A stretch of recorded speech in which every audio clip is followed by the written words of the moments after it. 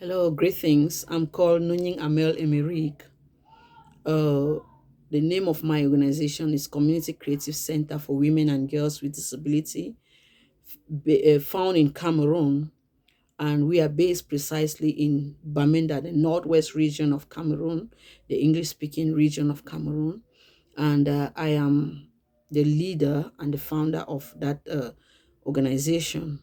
Community Creative Center for Women and Girls with Disabilities started in the year 2019, and it was legalized officially by the government 2021. So, what actually motivated me to start this Community Creative Center was based from my experience growing up as a woman with disability.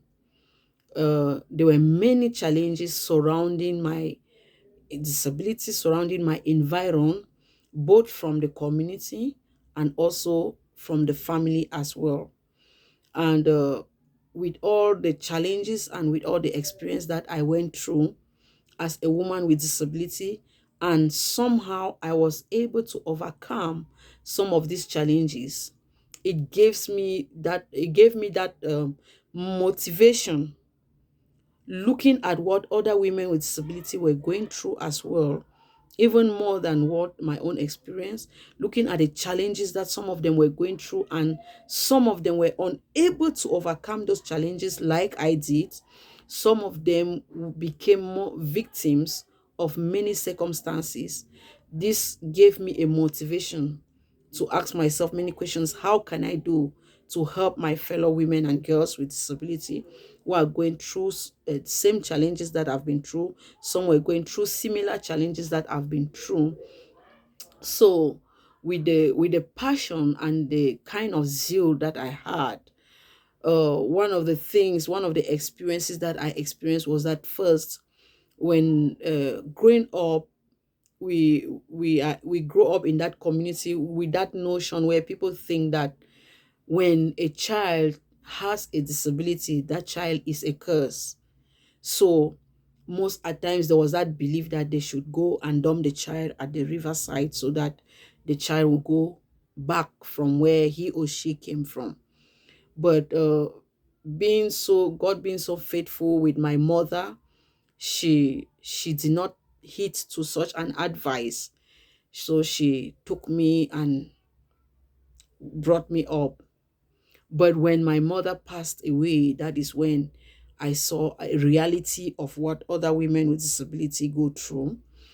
I saw the challenges that some of them go through, being left alone to fend for yourself, or being abandoned, just knowing that your place is at home, you have nothing to offer, and at the same time you cannot have everything, basic needs, as a woman with disability.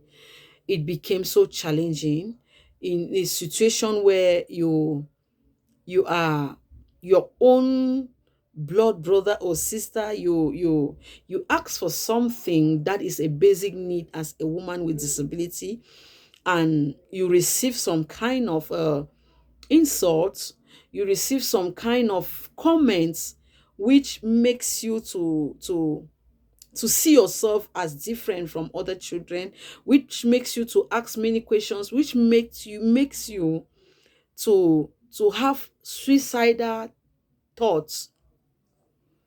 With all those things accumulated together, it came on me that if I've been able to overcome these challenges, if I've been able to go through these challenges and overcome some of them, there is something I can do.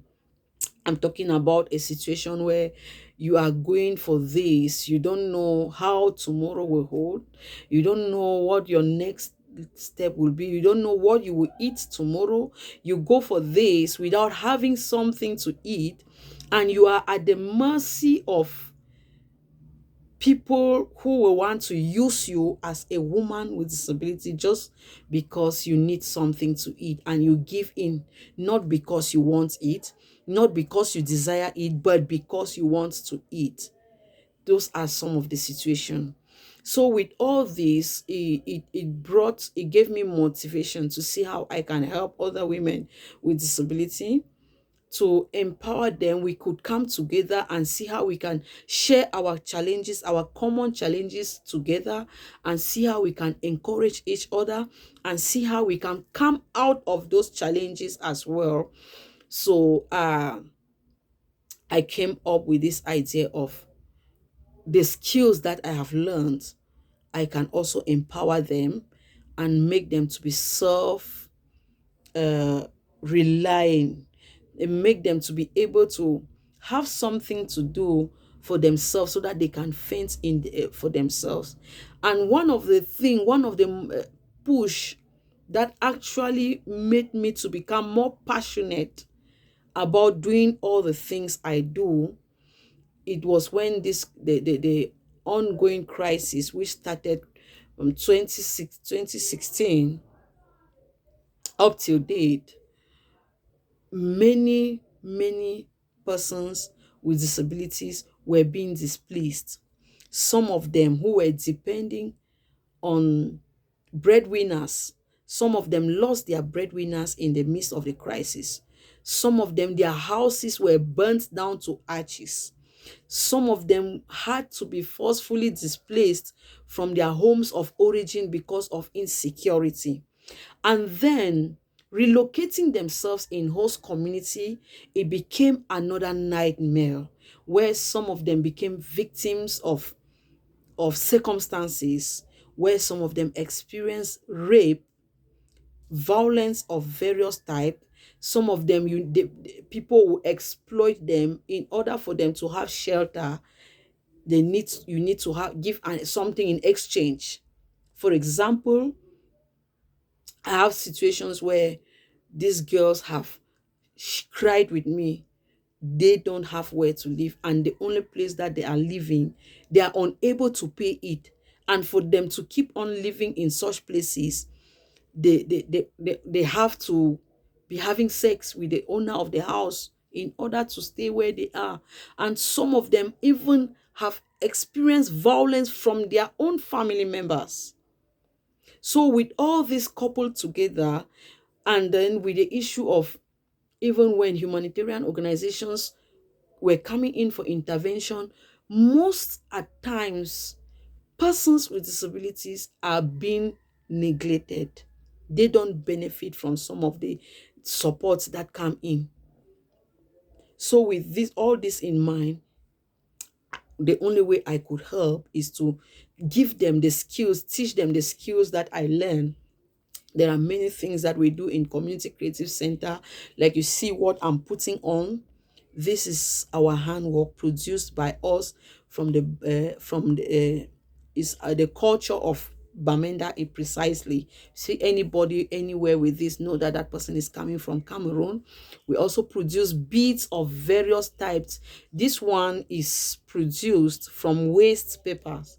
We call it paper beads. We take waste papers that are thrown away, we process them, and we come out with beautiful jewelries like this. We also produce earrings with it. We produce slippers. We produce handbags with it. We also produce handbag. This is handbag produced by women with disability in Community Creative Center.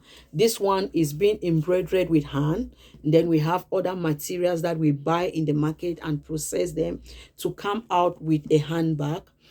Even what you see me wearing on my head, this is a fiber material. We buy the cap like this, and then we produce this marking, this embroidery with hands, and we decorate it like this to be what it is.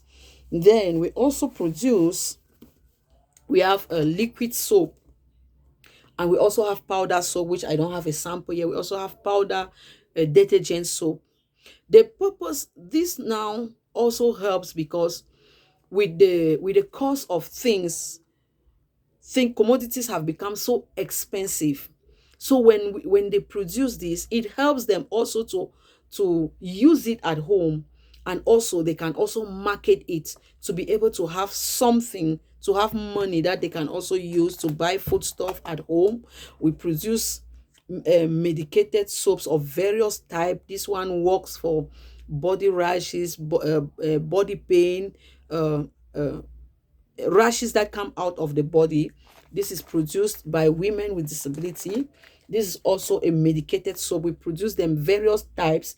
Each one has what its purpose on the body of somebody, and at the same time it helps them to economize finances, because when you produce in good quantity, as you are using some at home, you can also sell some to be able to have finance to buy what you cannot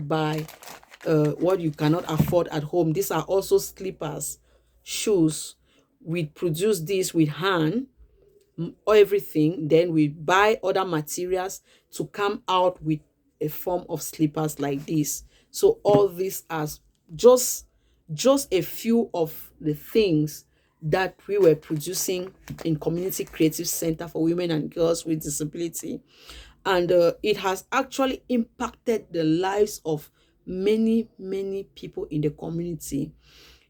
I will bring to your attention that this thing, it has not only impacted persons with disability, but it has also impacted their family.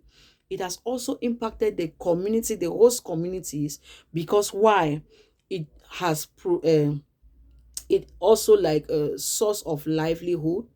It also serves as income generating activities.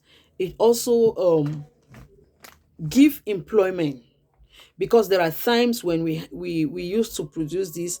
At times you might have much and you cannot produce it by yourself. You give it to somebody, the person produce it, and you pay a percentage to that person. So it has really helped. And it has also, we also produce hair. This is hair lotion produced by us, treatment for your hair, and also for, if for men, when they go and shave, they can also use it to apply to avoid those rashes that always come out. And it's also for hair treatment for women. All of these and many other things are some of the things that we produce in women in a Community Creative Center for Women with Disability. And then with the cause of this crisis, many of the women with disability have gone out of school. They were school dropout. They could not continue education because of insecurity, because of means to pay for school fees.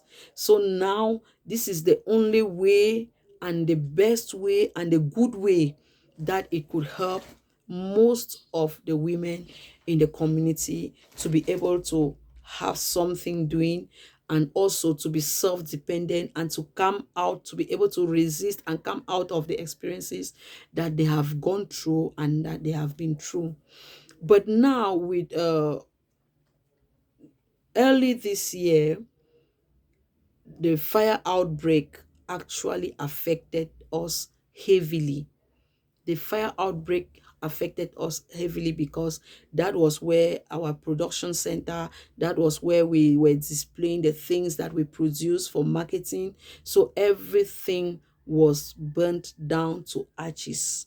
Everything went down to ashes, leaving most of these women, leaving us vulnerable, leaving us back at the mercy of what the society, at the mercy of whatever comes our way, because we lost everything.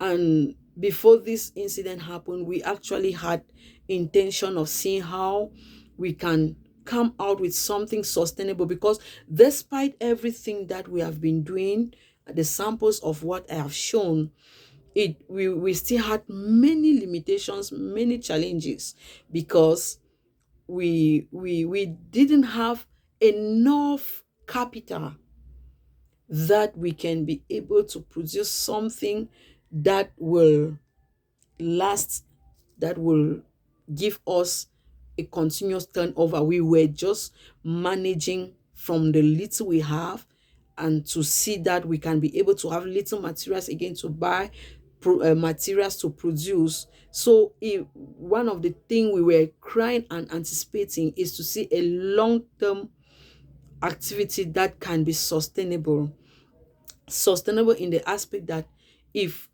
we have opportunity to own a land with a structure on it, it will go a long way for sustainability, because all what we are doing, it cannot be sustained if there is no nothing, a permanent source of income that can be able to keep maintenance of whatever we are doing.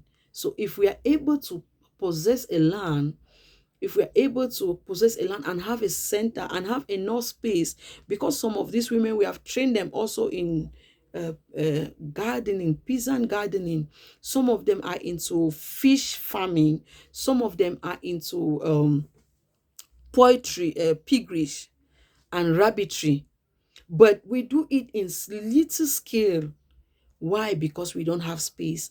And at times, the spaces that we are using, at times maybe the owners of the land will even come and say they want to use their space, and that is how we have to let go of whatever we have been doing. So if we can be able to have something, this is very important, because we are not just thinking about now, we are thinking about the future.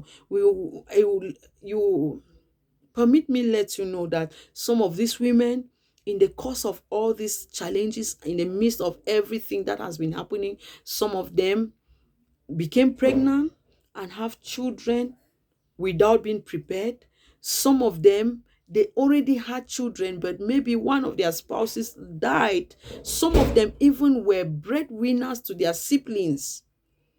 But with all these challenges, it becomes very, very difficult. We will all agree that women in general have many, many challenges, not to talk about women with disability. I'm talking as a woman with disability, with living examples of the challenges that we face every day. I'm talking with examples, with living example, with experiences of what we face every day. Before I even came into what I was doing, before this crisis started, there was a business I was doing which was really doing very well, but the area where I was living became a red zone. I had to displace from there to go to a secure place, and I could not continue without business, because why? Where I relocated, to have a business place and start up is very costly, and I did not have enough capital to do such. So I had to divert and let go of that aspect. But that was something that was really turning very well. A cafeteria, I was doing it. So all what we desire and we cry for, if we have the means, if we have the resources, if we have a permanent site, we will be able to come bring many other women. Actually, just at the little level where we have been receiving calls from other women from other regions, women with disability, that they want to be part of what we are doing. They want to benefit from what we are doing. But because our hands are short, because we are limited, we are unable to go there. But that is a cry in my heart. That is a passion. If there is a means, if there is support, if there are funds, if there is a means of sustainability, many other people in the community are going to benefit from what we are doing, and is going to deliver many women with disability who are still going through other things. There are some of them who have, in how do I say it, become sex machine. They go out to look for men because they need to survive. It's not what they love to do. It's not what they want to do, but that is where situations have pushed them to. That is where conditions have pushed them to, that they have no other options but to do what they are doing. Thank you so much. For more, you need more information, I'm available to give more details, to give more clarification. Thank you.